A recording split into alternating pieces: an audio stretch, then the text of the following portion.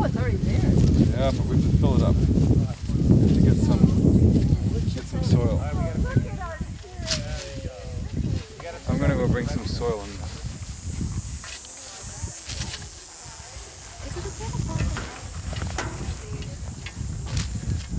I don't know. I think the only thing that would matter is if they're going to give a lot of shade, and maybe because they're so young, they're not concerned about that right now.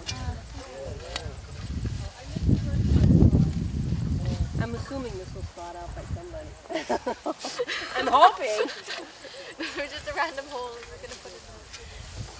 Now it actually comes in firm, which is a little bit trickier.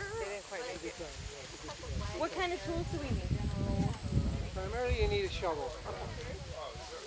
Now if you want two of you to work together, then maybe get something else.